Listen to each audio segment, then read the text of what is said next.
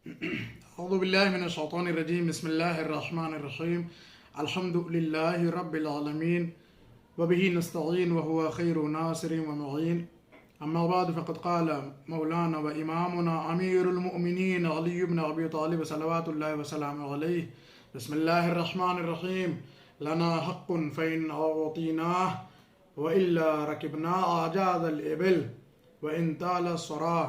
حضرات گرامی السلام علیکم ورحمۃ اللہ وبرکاتہ. آج کا یہ کلمہ حکمت مولا امیر المومنین جناب علی بن ابی طالب علیہ السلام جس میں امام علیہ السلام کی زبان اقدس سے انتہائی حساس ترین موضوع کی طرف امام علیہ السلام نے اپنی کیفیت کی طرف اشارہ کیا ہے. یہ موضوع غصب سے متعلق ہے اور غصب حق سے تعلق رکھتا ہے، یعنی کسی کے حق کو غصب کرنا اور چھین لینا. جناب امیر المومنین اپنے اس کلمہ حکمت سے اہل اسلام کو ایک انتہائی اہم اور حساس ترین موضوع کی طرف متوجہ کر رہے ہیں. یقیناً یوں تو کسی کا بھی حق غصب کرنا ایک انتہائی سنگین جرم ہے اور جس کی معافی جب تک صاحب معاملہ نہ دے دے اللہ بھی معاف نہیں کر سکتا ہے. کسی کا بھی حق چھیننا، کسی کا بھی حق غصب کرنا، کسی کی بھی مال اور دولت پر ہاتھ ڈالنا، بغیر اس کی اجازت کے کوئی چیز اس سے لے لینا، یہ ایک ایسا موضوع ہے کہ جو اپنے آپ میں ایک بڑا جرم ہے، جس کی معافی صرف اور صرف صاحب معاملہ اور اس کے بعد خدا کے ہاتھوں میں. یہ رہی بات دنیوی حق غصب کی، لیکن اگر واقعی حق ایسا غصب ہو کہ جو الہی ہو، جو خدائی ہو، جو پروردگار عالم کی طرف سے جو ہے وہ دیا گیا ہو کسی معصوم شخصیت کو، کسی معصوم کی ذات کو، اور اس سے غصب کر لیا جائے، اس سے چھین لیا جائے، تو یہ جرم اور بھی سنگین ہو جاتا ہے.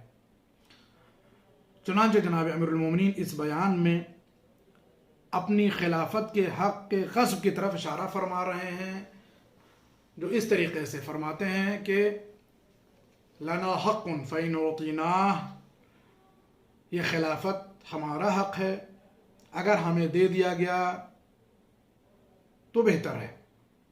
وإلا ركبنا أعجاز الإبل، اور اگر نہیں دیا گیا تو ہم اونٹ کی پشت کے اوپر پیچھے بیٹھیں گے، یعنی آگے کوئی اور بیٹھے گا، پیچھے ہم بیٹھیں گے.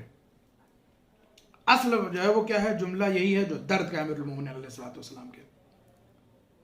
وَإِلَّا رَكِبْنَا أَعْجَازَ الْإِبِلِ، یعنی ہم اونٹ کی پشت کے اوپر پیچھے بیٹھیں گے، ردیف میں بیٹھیں گے. وَإِن طَالَ السَّرَا، اور چاہے یہ سفر جتنا بھی طولانی ہو، اس پر ہم کیا ہے؟ سفر کریں گے اور صبر کریں گے.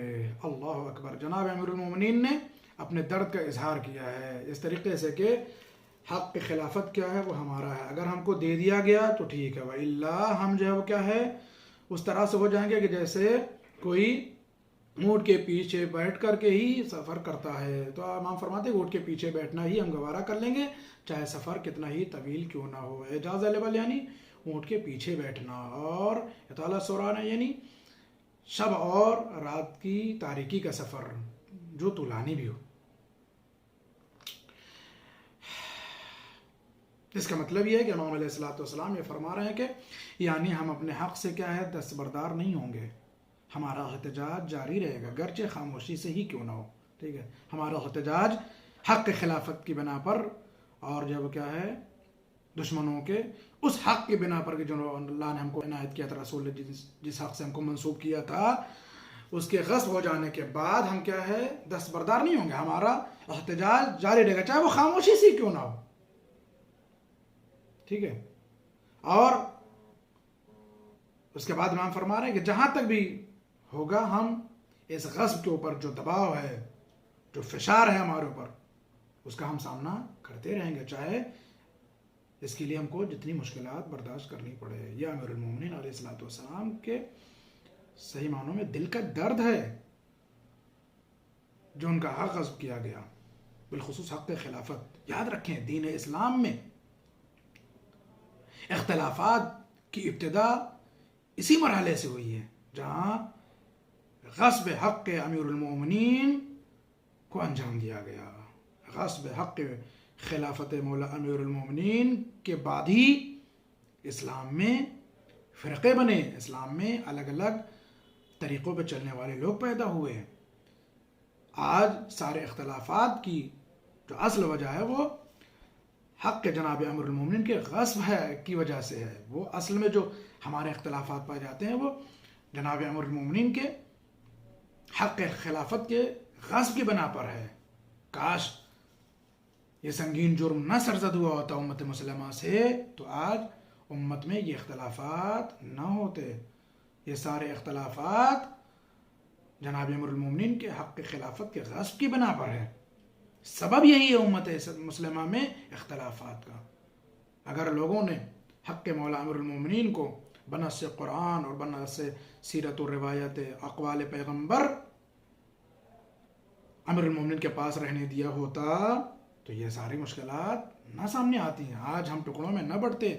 آج جو ہے وہ کیا ہے، اتنے اختلافات ہمارے درمیان نہ ہوتے، اتنے تضاد ہمارے درمیان نہ ہوتے، اتنی مشکلات ہمارے سامنے نہ ہوتی. آج ان سارے اختلافات و مشکلات و نا اتفاقیوں کی وجہ یہی ہے کہ حق جناب امیر المومنین کا خیال نہیں کیا گیا، اسے پامال کیا گیا، اسے غصب کیا گیا. جو امیر المومنین کے اس کلمے سے وَإِلَّا دیگر مقامات پہ بھی نہج البلاغہ میں مولانا امیر المومنین نے جو بیانات دیے ہیں، بالخصوص خطبے میں بھی مولانا امیر المومنین نے اس طریقے کے بیانات دیے ہیں. بعض جگہوں پر آپ نے اس کو تفصیل سے بھی بیان کیا ہے. اپنے حق کے غصب کے درد کے سلسلے میں جو امیر المومنین کو تکلیف ہوئی ہے، جو امیر المومنین کی جو ہے وہ کیا ہے بے آبروئی ہوئی ہے. صحیح معنوں میں یہ جو اونٹ کی پشت پر پیچھے بیٹھنے والی بات ہے، یہ امیر المومنین جو ہے وہ کیا ہے امت کی طرف سے، رسول اللہ کے ماننے والوں کی طرف سے وہ جو درد دیا گیا، وہ جو ذلت کا سامان فراہم کیا گیا، اس کی طرف اشارہ کر رہے ہیں. میں اپنے نوجوانوں کو بتا دوں کہ اونٹ پر پیچھے بیٹھنا یا پیچھے چلنا یہ اس زمانے میں غلاموں کے ساتھ ہوتا تھا. جو نوکر ہوتے تھے ان کے ساتھ ہوتا تھا کہ وہ جو وہ کیا ہے ردیف میں بیٹھتا تھا. آگے جو ہے اس کا حاکم، اس کا جو ہے وہ مالک ہوتا تھا، پیچھے وہ بیٹھتا تھا. مولانا امیر المومنین نعوذ باللہ جو امت مسلمہ اور خلفاء کے ذریعے سے توہین کی کوشش کی گئی نعوذ باللہ، اس کی طرف اشارہ فرما رہے ہیں کہ انہوں نے جو ہے وہ ہمارے ساتھ یہ برتاؤ کیا. اس برتاؤ کی طرف مولانا امیر المومنین اشارہ فرما رہے ہیں کہ جو مسلمانوں کی طرف سے بعد رسول امیر المومنین کے ساتھ رویہ رکھا گیا ہے. اس ویڈیو کو ہم جناب شوکت علی صاحب کے والدین اور ان کے ماموں، ان کے والدین مولانا محمد یوسف مرحوم اور خیر النساء مرحومہ محمد عظیم الدین اور مرحومہ لطیف النساء کی ترویح ارواح کے لیے ریکارڈ کر رہے ہیں. آپ لوگ ان کے لیے سورہ فاتحہ ضرور پڑھ دیجیے. اللہ ان کے درجات کو بلند کرے، ان کے پسماندگان کو صبر جمیل عنایت فرمائے، اور اللہ انہیں جوار معصوم کونین میں، جوار حضرات معصومین علیہ الصلوۃ والسلام میں جگہ کرامت فرمائے. آپ لوگ بھی اپنے مرحومین کے لیے اگر سورہ فاتحہ پڑھوانا چاہتے ہیں تو ہمارے پاس میسج کریں، اور ہمارے اس ویڈیو میں بھی آپ یوٹیوب پر جا کر کے ہمارے چینل میں نیچے آپ لوگ اپنے مرحومین کے نام مائے ولدیت کے دیں تو زیادہ بہتر ہے، تاکہ ہم ان کے اسماء بھی، ان کے نام بھی ایصال ثواب کے لیے شامل کر سکیں. اللہ ہم سب کو کسی کے بھی حق کے غصب کرنے سے دور فرمائے، ہم سب کو سب کا حق دینے کی توفیق کرامت فرمائے. اللہ ہم سب کو اس سنگین جرم سے دور رہنے کی توفیق کرامت فرمائے. اللہ ہمارے اعمال کو شرف قبولیت عنایت فرمائے، ہمارے امام کو ہمارے اعمال سے راضی فرمائے، ہمارے امام کے دور میں تعجیل فرمائے. وآخر دعوانا ان الحمد للہ رب العالمین، والسلام علیکم ورحمۃ اللہ وبرکاتہ.